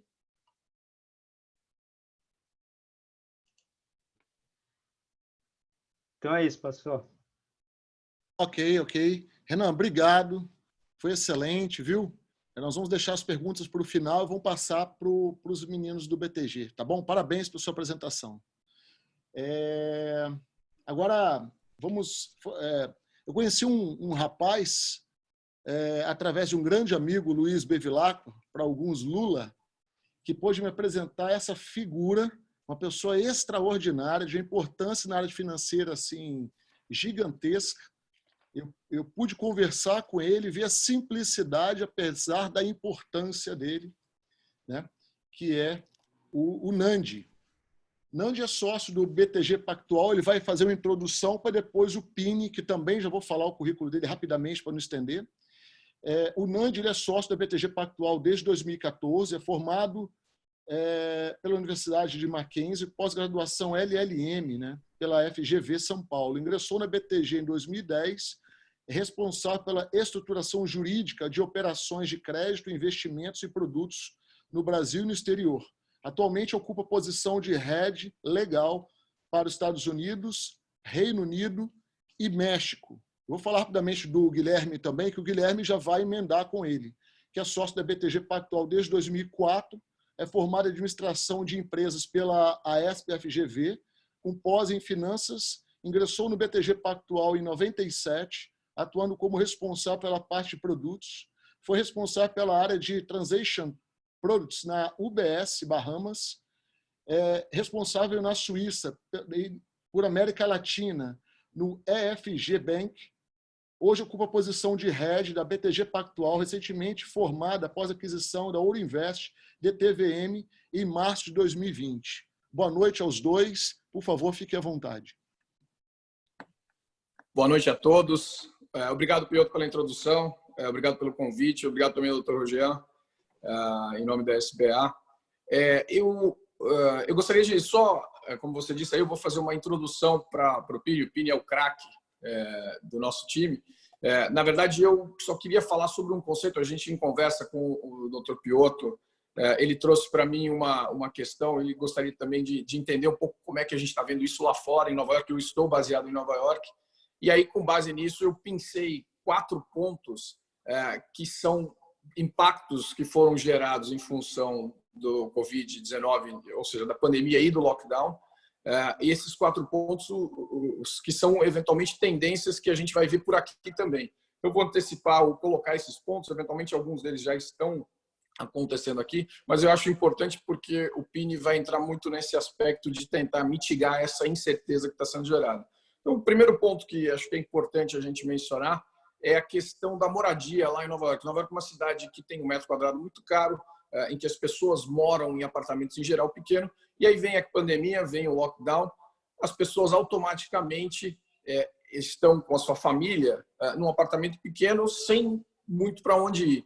E nesse cenário elas acabam se sentindo pressionadas e pensam que precisam de uma solução. Qual é a solução natural? Em geral, quando a família, o casal tem o primeiro, o segundo filho, há uma tendência que você vá para o subúrbio, aquelas pequenas cidades ao redor de Nova York.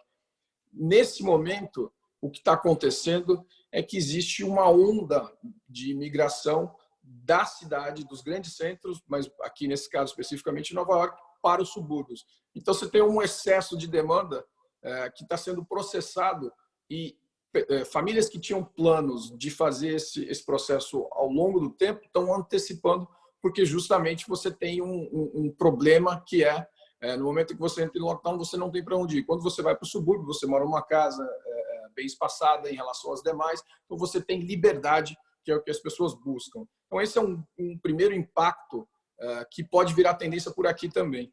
Um segundo impacto que é muito importante é a questão do transporte. Nova York é uma cidade que sofre com o trânsito do mundo. Você já esteve lá inúmeras vezes e outras pessoas.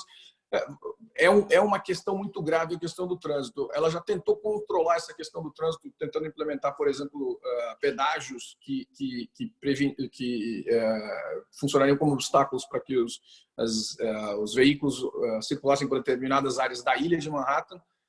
E agora o que se vê é que a bicicleta acabou se tornando um meio de transporte bastante difundido por questão de saúde e por questão de locomoção. As pessoas têm uma restrição a quererem andar em espaços públicos ou em transportes públicos. Então, com essa medida, o que a gente começou a perceber é que, e já existe agora um projeto em Nova York, também em Londres, para que você tenha restrição à circulação de veículos com fechamento de vias para carros.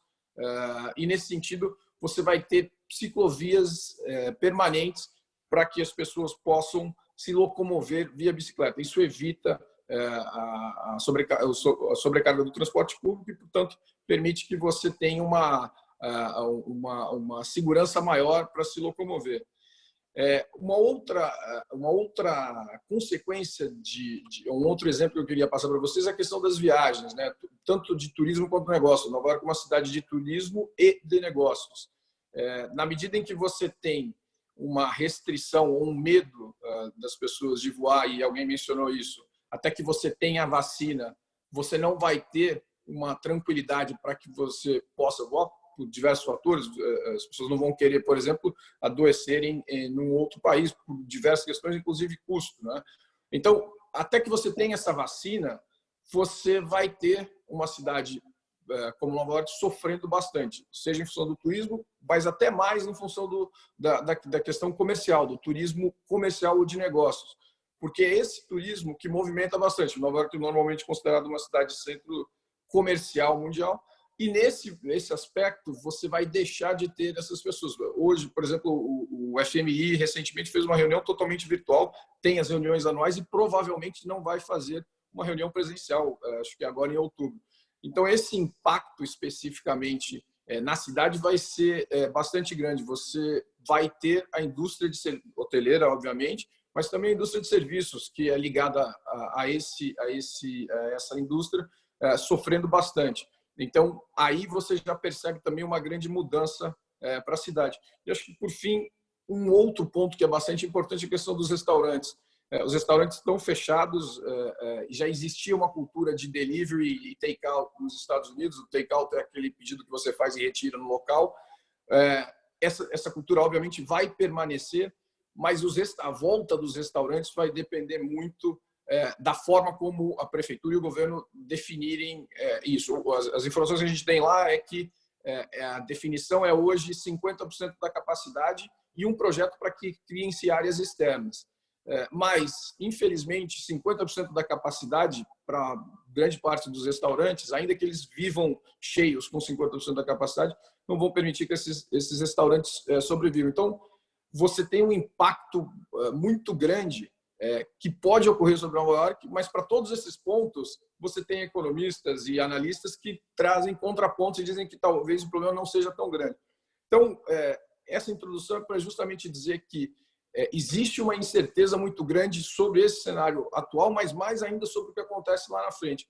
E aí o Guilherme Pini vai entrar para justamente colocar uma trajetória aí na questão dos investimentos, para ver se ele consegue mitigar essa incerteza. Então, eu vou passar a palavra para o Guilherme Pini.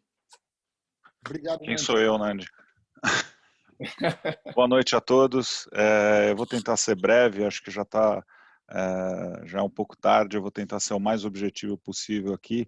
Primeiro, eu gostaria de agradecer o convite e, em segundo lugar, agradecer o esforço de vocês, profissionais de saúde, que é, sem dúvidamente, fantástico. A gente aqui no Pactual está tentando fazer um pouquinho a nossa parte, tem uma campanha bem bacana de tentar ajudar não só com dinheiro, mas com ações concretas que cheguem à ponta, ou usar a nossa capacidade executiva para ajudar.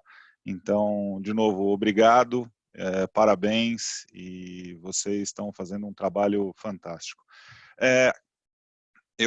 Depois da apresentação do Renan, devo dizer que eu devo olhar os meus ralos no orçamento, então essa é a minha tarefa de hoje, eu vou fazer isso sem falta, e depois da palestra do Dr. Arilton, vou também tomar um pouco mais de cuidado aqui, achando que as finanças públicas não vão ficar necessariamente iguais, ou tendem a piorar. Quando você abre a comporta do fiscal, é realmente muito difícil de fechar.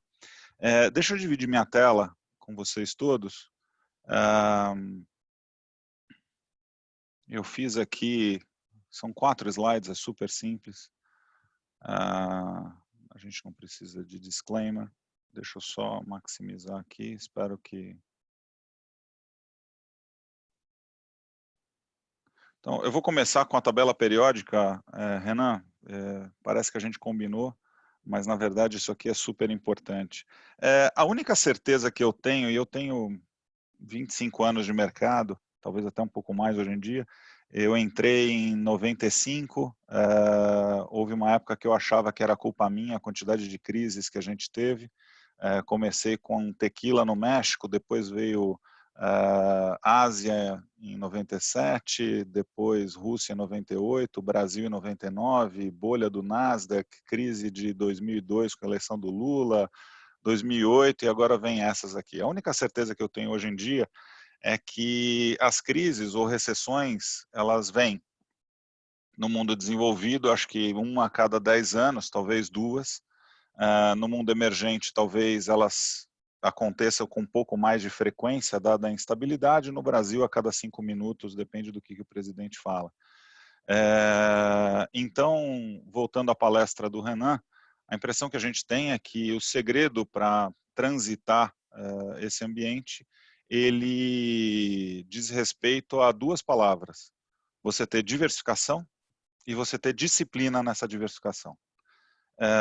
É importante usar essas 2 palavras, traçar os seus objetivos e aí manter essa disciplina. Então, se eu pudesse traduzir a brilhante apresentação do Renan em uma palavra, eu usaria disciplina. Esse talvez seja o grande segredo de você conseguir navegar por essas confusões todas. Elas vão acontecer.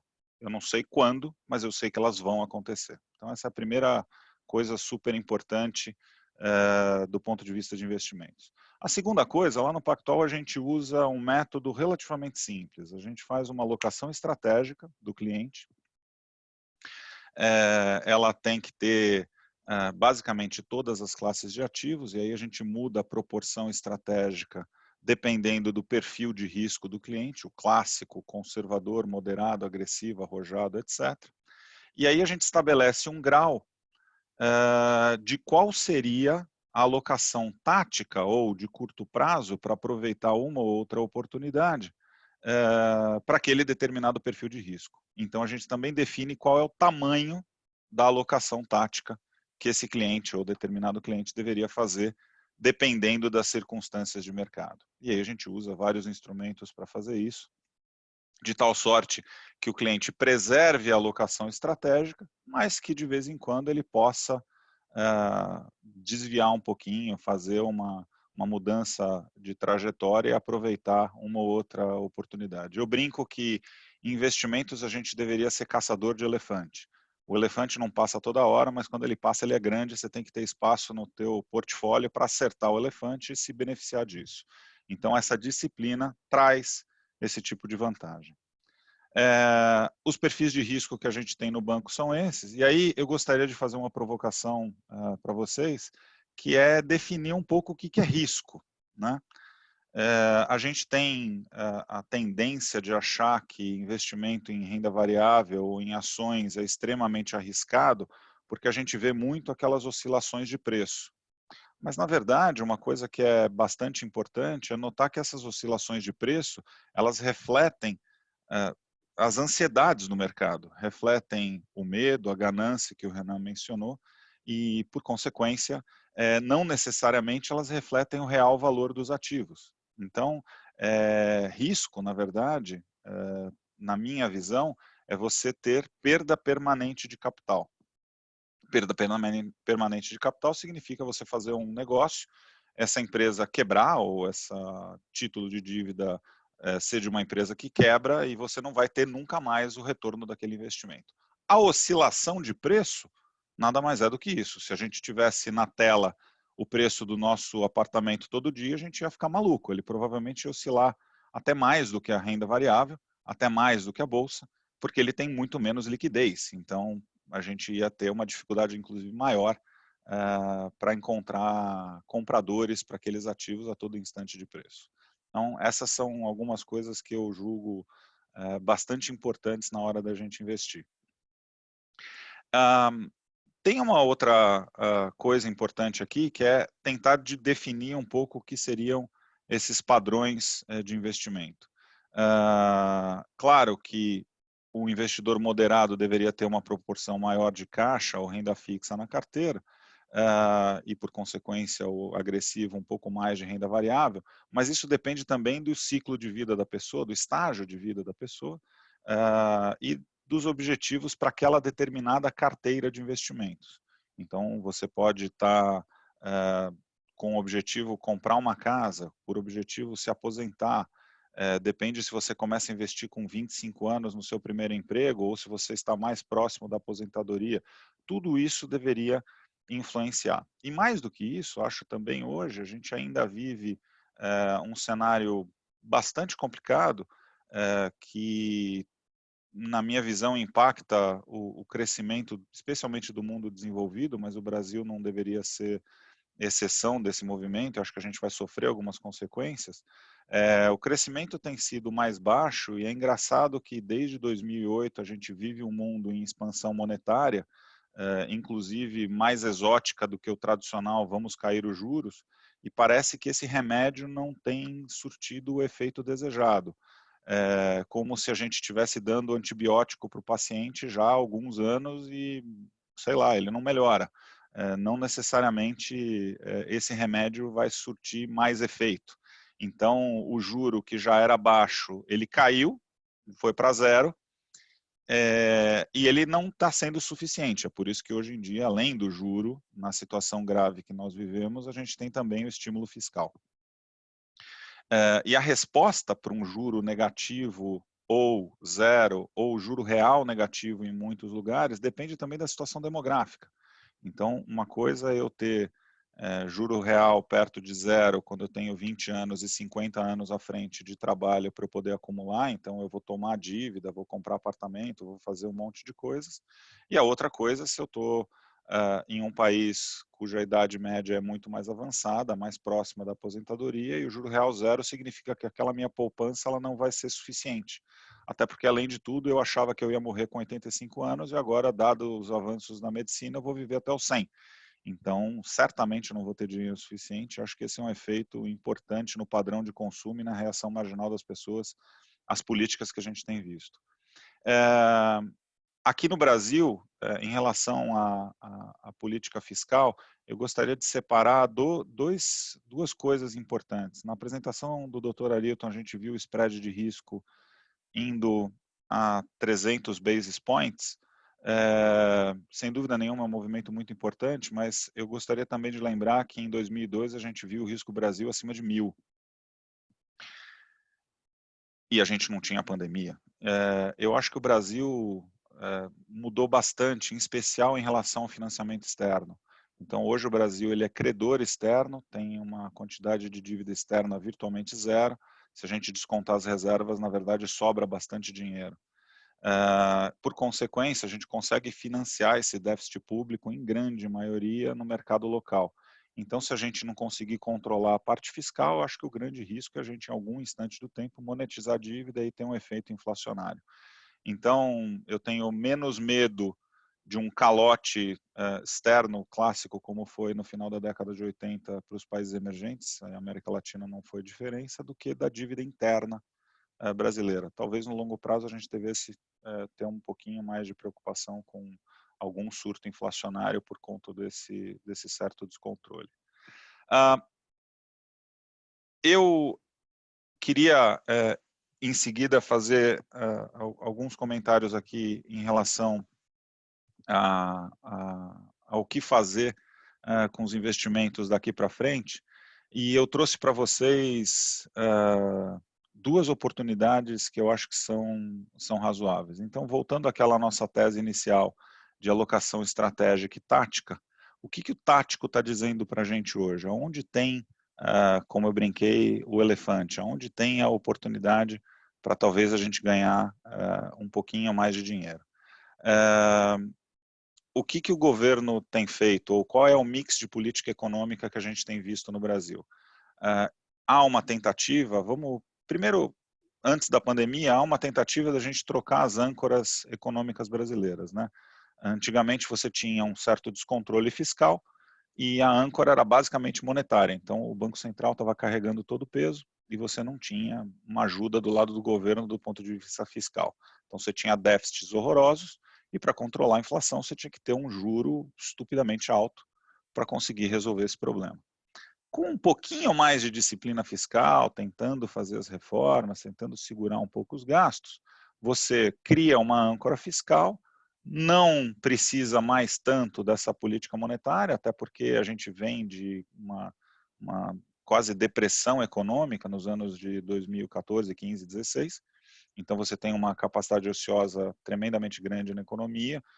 Parece que a gente não tem inflação no curto prazo, agora muito mais longe esse cenário de você ter inflação, mesmo com o dólar a 5,70, com o dólar extremamente alto, parece que o contágio do dólar alto e dos itens tradables, né, os negociáveis, não tem sido transmitido para os outros bens ou custos de serviços na economia. Então, você pode trabalhar com juros extremamente baixos. Ao mesmo tempo, como você tem esse risco fiscal, essas duas combinações trouxeram um elemento interessante para a gente olhar, que é a curva de juros. Então, de um lado, no curto prazo, você tem juros extremamente baixos, né? Nominais e reais. Então, se a gente olhar, por exemplo, as NTNBs, que são os papéis do governo indexadas ao IPCA, até 2023 a gente não tem nenhuma taxa, nenhum yield desses papéis acima de 2%. Então, você tem um juro real extremamente baixo aqui.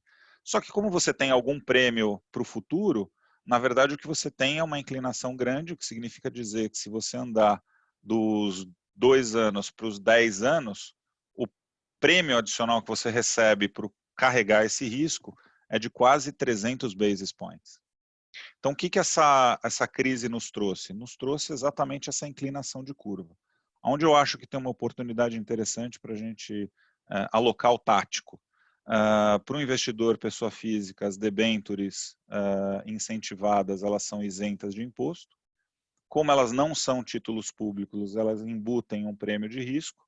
E aí a primeira provocação ou recomendação que eu faria era: olhem, por favor, essas debentures AAA ou AA, né, ou seja, de empresas que tenham uma grande previsibilidade de fluxo de caixa, que tenham uma geração de caixa muito forte, uma ótima capacidade de pagamento, por consequência um risco de crédito bastante baixo, e aloquem dinheiro num prazo um pouco mais longo. O curto prazo hoje implica num risco. Ter o dinheiro em CDI também é um risco. Vocês precisam notar que o CDI hoje rende menos do que o FGTS. FGTS é TR mais 3, o CDI está nisso daí. Então, ter dinheiro em CDI implica em ter juro real negativo no curto prazo. Então, claro que você tem que ter caixa, né? Na nossa alocação aqui na tela, a gente tem caixa, a gente tem renda fixa, mas em que medida, né? E a gente precisa também pensar nessas oportunidades. E eu digo mais, o risco de uma quebradeira ou de um problema mais sério, como a gente viu na palestra do Dr. Arilton, ele é de curto prazo. Ou seja, ninguém imagina que a gente vai ficar com o coronavírus por mais 5 anos. O vírus parece ter uma mutação relativamente baixa. Acho que a probabilidade de a gente ter uma vacina no ano que vem é bem razoável. Tem algumas centenas de cientistas pensando nessa possibilidade. Eu acho que vamos apostar as nossas fichas nisso. Então, o risco para mim de ter uma quebradeira, ele existe nos próximos 12 meses. Nos próximos 5 anos, acho que não. Acho que a economia vai voltar ao normal. E por que não ser remunerado por esse risco, né? Então, eu prefiro estar num papel um pouquinho mais longo do que um papel um pouquinho mais curto. Então, a primeira recomendação aqui é: tentem olhar a carteira de vocês, de novo, respeitando a regra do alocação estratégica, e no tático, vamos para prazos um pouco mais longos. Vocês vão ser melhor compensados pelo risco. Quanto mais longos? Até os 10 anos. Porque se você for além dos 10 anos, por exemplo, da NTNB 2030 para 2050, o prêmio adicional é só de 0,4%. Não vale a pena. Então, fiquem no 10 anos, que eu acho que é um negócio um pouco mais bacana. Seguindo o mesmo raciocínio, e aí eu vou usar como referência a Bolsa Brasileira em dólares, né, o EWZ, que é o MSCI Brasil, é um ETF, é um fundo negociado em bolsa. Ele está hoje perto de 25 dólares.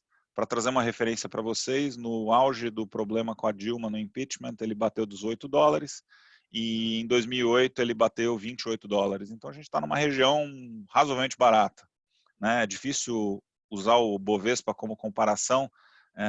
80 mil é uma coisa com o dólar a 3 e outra com o dólar a 6. Então, 80 mil com dólar a 5,70 é relativamente barato. Então, uma arma na cabeça, o que eu posso dizer para vocês é: eu compraria a bolsa. Volta a nossa regra do estratégico versus o tático. Estratégico sendo respeitado, no tático vale a pena ter um pouquinho de bolsa. Aí a segunda pergunta é: ok, o que eu compro? Seguindo o mesmo raciocínio anterior, não vale a pena correr muito risco de crédito, né? Porque tem uma incerteza muito grande no cenário, tem uma incerteza enorme na mesa. Por consequência, acho que o legal é você ter empresas que tenham alta previsibilidade de fluxo de caixa e que paguem bons dividendos. Então, voltando à nossa tese de que o curto prazo você está sendo punido com juro baixo e juro real negativo, por que não alocar recursos em empresas que paguem ótimos dividendos? Tem algumas companhias que para o ano que vem está pagando 9%. Então, 9% contra um CDI de 3%, são 3 vezes o CDI em dividendos e algo isento de imposto, sei lá por quanto tempo, mas por enquanto isento de imposto. E, teoricamente, as empresas também estão protegidas em relação à inflação, porque eles podem repassar preços nos seus produtos. Então, você tem esse benefício de ter o seu recurso melhor remunerado. A Bolsa, me parece, está mais para barata do que para cara nesses níveis. E empresas que sejam boas pagadoras de dividendos, eu não vejo muito problema. Um exemplo clássico é o setor elétrico. Não necessariamente todas as empresas, acho que vocês podem usar a consultoria da APX ou do próprio Pactual para guiá-los em quais são essas melhores escolhas. A gente tem algumas carteiras recomendadas. Eu gosto muito da carteira recomendada de dividendos nesse exemplo, nesse momento. Mas Transmissão Paulista, por exemplo, só para citar um nome, acho que tem que ter uma carteira, mas só para citar um, é uma empresa de transmissão elétrica. No setor elétrico, talvez seja a ponta do setor mais conservadora e, por consequência, mais resiliente nesse momento, né? Paga 9% para 2021. Voltando à minha tese, acho que você está sendo melhor compensado por um risco do que está com dinheiro necessariamente alocado em caixa. E aí uma coisa interessante, talvez uma mudança de comportamento importante, uma informação empírica que aqui eu posso dividir com vocês. As mesas do Pactual, que não são exatamente pequenas na hora de operar em mercados, na hora de operar na Bolsa, de clientes, né? Então, tanto institucionais, quanto varejo, quanto wealth management, e todas elas, nas últimas 5 semanas, têm registrado compras net líquidas, ou resultado, compras líquidas no mercado. Então, a gente tem um fluxo comprador no mercado. Parece que o brasileiro está começando a aprender a investir em bolsa, e acho que esse movimento se deve a educadores financeiros, a planejadores financeiros, a profissionais de finanças, a advisors, que têm trazido um pouquinho mais de informação e educação para as pessoas. Então, eu gostaria aqui de fechar para que a gente pudesse abrir para perguntas com, de novo, alocação estratégica, defina seus objetivos, tenha espaço para fazer o tático, saiba a medida e o tamanho do tático e tenha disciplina nos seus investimentos. Então, de novo, muito obrigado, espero ter ajudado um pouquinho e fico feliz em responder qualquer pergunta que vocês possam ter. Muito obrigado. Pessoal, que aula que vocês deram. Está sendo um espetáculo. Deixa eu ver se eu... Só fazer o stop sharing aqui, desculpe, Wellington. Não, vou colocar no mudo e estou feliz para responder as perguntas. Obrigado. Claro, claro. Eu já vou passar para o Ricardo, que vai abrir as perguntas e respostas. Tenha colocado algumas coisas. É engraçado como é que o brasileiro, o sangue latino, da emoção, do calor, do abraço, ele tem uma tendência, o ser humano tem uma tendência de difícil mudança. E nós passamos agora por uma mudança muito drástica e rápida, por 3 segmentos rápidos. Nós tínhamos uma mudança cultural, uma cultura de manter tudo em CDB, CDI, isso é que a gente ia 12%, 13%, tinha uma Selic muito alta, o Copom era complacente com isso, porque era importante segurar essa taxa muito alta, né? E depois nós tivemos que ensinar ao brasileiro a mexer com bolsa, né? Obviamente, uma taxa Selic muito baixa, protetiva, nós tínhamos uma inflação muito baixa e ninguém sabia por quê, né? Hoje nós sabemos que a inflação muito baixa é porque ninguém confiava no governo e nós não tínhamos empréstimo. O governo com medo de emprestar, achando que estava todo mundo quebrado, não tinha vontade de baixar, baixa-se o juro para ele emprestar e rodar a roda, e ele queria manter o spread dele alto, com o juro alto, não emprestava e a coisa não andava, né? Eu queria também deixar uma observação, como que é engraçado, muitas das vezes nós temos medo dos papéis nacionais, você acabou de falar aí, Pini, com o setor elétrico rendendo 9%, e as pessoas investem fora. Não sei se foi a Inglaterra que eu li hoje, os papéis, títulos públicos pagaram negativo, né? Ou seja, a pessoa investiu naquele papel, rendeu a rentabilidade a curto ou longo prazo e está pagando menos do que a pessoa investiu. Então, tem esse cuidado, né, de saber o que é alavancagem, quando usar alavancagem, deixar o dinheiro de fluxo de caixa dentro do seu perfil de utilização de curto prazo e utilizar um alto risco com até 20% para fazer a alavancagem e aumentar a rentabilidade daquilo que está protegido para o curto prazo, né? Eu vou passar a palavra para o da tarde e da noite. Queria falar aqui que eu gosto bastante disso, né, doutor Jean? Mas eu vou parar pelo tardar da hora. Vou passar para o doutor Ricardo, que vai abrir as perguntas. Bom, nós temos pouco tempo mesmo para responder as perguntas. Vou respeitar o colega aqui que mandou a pergunta aqui, pelo que. Boa noite, parabéns pela palestra. Gostaria de perguntar, doutor Edivaldo Casotti, do Norte do Espírito Santo. Gostaria de perguntar ao Arilton como a taxa de câmbio pode beneficiar o Estado do Espírito Santo, uma vez que somos exportadores de café e granito, por exemplo, para que o Estado saia da crise mais rapidamente.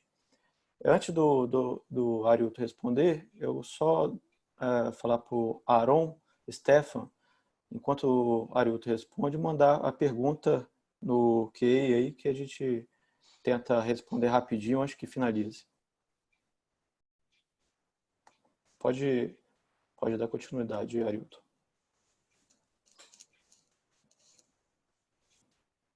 Bom, essa taxa de câmbio, aí ela tem efeito colateral de algumas tensões aqui internas e da redução dos juros domésticos, né? No momento de crise, ela deu essa subida. O Estado do Espírito Santo é um Estado exportador. Então, o Estado, as empresas, as grandes empresas que exportam aí, né, ela vai ser beneficiada. Tá? Então, nós vamos ter aí uma Vale, uma Aracruz, que hoje é Suzano, né, com aumento de rentabilidade devido ao aumento do dólar. E o dólar subiu o suficiente para compensar as quedas dos preços das commodities. Os importadores, aí já tem um efeito contrário. Tá? Então, por exemplo, você citou aí, eu acho que você citou aí, Ricardo, mármore e granito. Nem todo mundo do setor de mármore e granito ele é exportador. Então, nesse caso, por exemplo, se você é exportador, você pega a China, que já está reabrindo a economia, você vai ter um impacto melhor. Se você é exportador e está pegando os Estados Unidos, que não reabriu a economia ainda, o impacto vai vir mais longo. Mas essa queda de câmbio vai ser isso. Ela vai beneficiar os exportadores, essas empresas. Nosso estado tem muita empresa exportadora, tá? Isso deve ajudar aí as grandes empresas que exportam, mas ele vai punir, por outro lado, as empresas importadoras. Tá? E, particularmente, se os preços se retomarem da economia no patamar atual do dólar, ele pode gerar pressões, né, de inflação, tá? Que nós não temos no momento, porque o choque negativo está jogando os preços das commodities para baixo. Então, e a demanda para baixo. Então, hoje, o que nós temos isso pode beneficiar o nosso estado, puxando as grandes empresas como a Vale, a Suzano, tá? Os exportadores aí do agronegócio, café. Então, tem muita área que pode ser beneficiada. Em compensação, aqueles não exportadores ou importadores, provavelmente todos nós aqui, exceto os dois moços que moram nos Estados Unidos, nós teremos de algum momento uma perda de renda devido ao aumento da taxa de câmbio. Muito obrigado, professor Arilton. Aproveitando, já te peço para fazer as considerações finais, por causa não vai dar, acho que, para continuar com as perguntas, né? Está bem tarde. Você falou para eu fazer? Começar comigo? Tá. Isso. Depois eu passo para já o então, Rodrigo Chamon. Vamos agradecer, então, todos aí. O Jean, Piotr, o Guilherme, o seu nome, Dixie, é um nome de um economista bastante famoso, muito famoso. Então, o Renan, tá? Rodrigo, então, Ricardo, você também, o Augusto e todos o mundo que está participando com a gente. Eu agradeço o convite. Acho que aprendi bastante. Ver o Pini falando é muito bom. O Renan. Então, espero que nós possamos ter outra dessa no futuro, em situações melhores, né? Sem a gente estar preso em casa. Um abraço a todos e boa noite. Boa noite, muito obrigado. Passo agora a palavra para o Rodrigo Chamon. As considerações finais. Boa noite, gente. Eu passo das palavras do professor Ailton as minhas. Boa noite a todos e muito obrigado. Passo a palavra agora para o Renan Lima. Eu também agradecer novamente o convite. Acho que todas as explanações aqui deram boas dicas para cada um dos pontos a gente poder levar em prática, né? Agora nesse momento de pandemia e pós-pandemia, porque tudo isso vai passar. Boa noite. Agora, eu vou aproveitar que o Aron fez a pergunta aqui, vou passar a palavra para o Guilherme Pini responder a pergunta do Aron e já fazer as considerações finais. Parabéns pelas palestras, muito boas. Sou ginecologista aqui de Vitória. Quem não vendeu ações no início da queda, como devo proceder? Pergunta difícil. Na verdade, eu volto ao ponto inicial. É importante analisar se a quantidade de ações existente a preços de mercado corresponde à sua alocação estratégica, verificar se, dado os seus objetivos e perfil de risco, no tático você teria um espaço para eventualmente aumentar. E a segunda recomendação, ou terceira recomendação que eu faria é verificar se aquelas ações para o cenário atual são as ações razoáveis. Normalmente é bom ter um gestor ou alguém que acompanhe isso a todo instante para que você possa sempre ter as melhores ações. Às vezes pode ser que Petrobras seja melhor do que Vale, banco seja mais legal do que ações de varejo, esse tipo de coisa é super importante. Então verificar a posição igualmente relevante, não só o tamanho da posição. E eu volto à tese de que talvez ter um pouco mais de exposição a empresas que paguem bons dividendos nessa altura do campeonato, com esse nível de incertezas, poderia ser uma recomendação razoável. Então, verificar a tua proporção, o tático, se tem espaço, se tiver, talvez comprar um pouquinho não é necessariamente um mau negócio, respeitando a diversificação, e verificar se as posições existentes são razoáveis para o cenário atual e testar a hipótese dos dividendos, que eu acho que é uma boa ideia. Eu queria fechar aqui do meu lado, Ricardo, só dizendo que o banco publicou hoje um relatório que explica em bem mais detalhes e muito mais legal do que a minha apresentação, porque foi escrito por os economistas, pela nossa equipe de pesquisa, exatamente sobre esse tema da inclinação de juros. Eu vou mandar depois para o Ricardo, para o Wellington, para vocês todos, e eu gostaria que isso fosse encaminhado para todos da associação como um presente de hoje, e aí já fica uma leitura para o final de semana, são 4 páginas muito bem escritas, eu acho que é bem legal para vocês poderem ter a chance de se aprofundar um pouquinho na dica ou no tema que a gente abordou hoje. E, de novo, muito obrigado. Muito obrigado, Guilherme Pini. Só querendo dizer que eu acredito que vão ter mais vários outros webinars sobre o tema. Eu tenho uma lista de perguntas que as pessoas, quando ficaram sabendo da webinar, já foram me enviando ao longo da semana. Daria, acho que, mais umas 2 horas de webinar. Mas como já está adiantado o tempo, vou passar a palavra para o Nandi também fazer alguma consideração final. Eu gostaria de agradecer a SBA na figura do Dr. Roger, a SAIS na figura do Dr. Piotr pelo convite, a gente ficou bastante honrado, e agradecer e parabenizar os participantes, acho que o nível foi muito bom e acho que cumpriu o objetivo. Obrigado. Muito obrigado, Nandi. Passo a palavra para o Takashima, fazer uma consideração. Obrigado, Ricardo. Eu gostaria de agradecer o convite, elogiar a forma como Piotr e Ricardo conduziram o webinar, uma forma extremamente brilhante, disciplinada.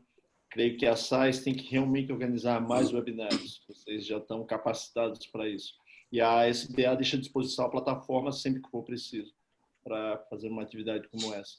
Eu gostaria de destacar que eu, como ouvinte, eu aprendi muito a respeito da importância da disciplina, como o Renan frisou, de se ter austeridade e eficiência, como o Rodrigo apresentou brilhantemente em seu trabalho no Tribunal de Contas.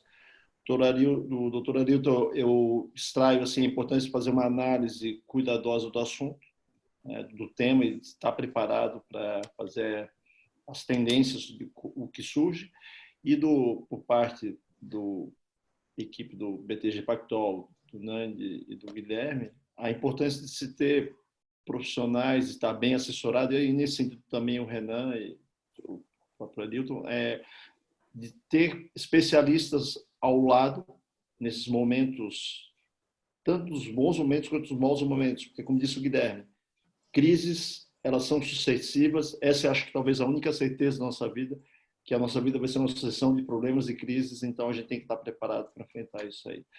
Piotr, muito obrigado por essa oportunidade, aprendi muito. Obrigado, Takashima. Vou passar agora e já pedir para o Dr. Rogian fechar a webinar, fazer suas considerações finais e fechar o webinar. Obrigado. Obrigado pela presença de todos. Eu queria agradecer aqui em nome do Piotr, a SAIS e principalmente a todos os colegas pelas brilhantes palestras. E eu sou muito otimista.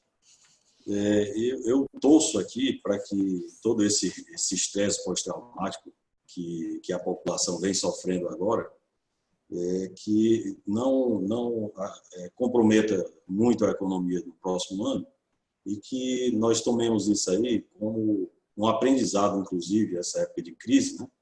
Para que o ano que vem a gente possa vislumbrar aqui um ano de oportunidades. Apesar de ser colocado lá a questão do PIB, mas nessas dificuldades a gente tem que vislumbrar oportunidades. E ser muito otimista, porque nós passamos por crises muito severas aqui. Foi colocado que o Brasil, o risco dele foi muito maior em outras situações, mas eu tenho a impressão que para o próximo ano a população e o governo eles vão acabar em um alinhamento e a gente possa ficar bem melhor que esse ano, porque o Brasil é muito grande, muito rico, e as pessoas estão empenhadas em resolver o problema, apesar de alguns contratempos que ocorrem, mas a situação do Brasil é uma situação que a gente enxerga ainda numa luz muito boa. Então, é isso que eu queria passar, baseado no otimismo que eu sempre tenho na população brasileira. Então, muito obrigado a todos.